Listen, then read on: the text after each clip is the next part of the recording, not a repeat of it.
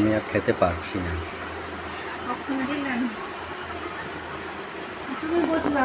আমি খেয়ে নিয়েছি।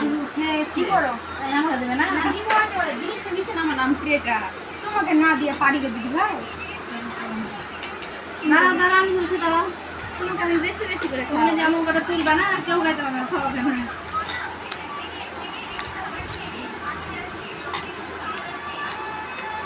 ডালটা তো আমি তুলি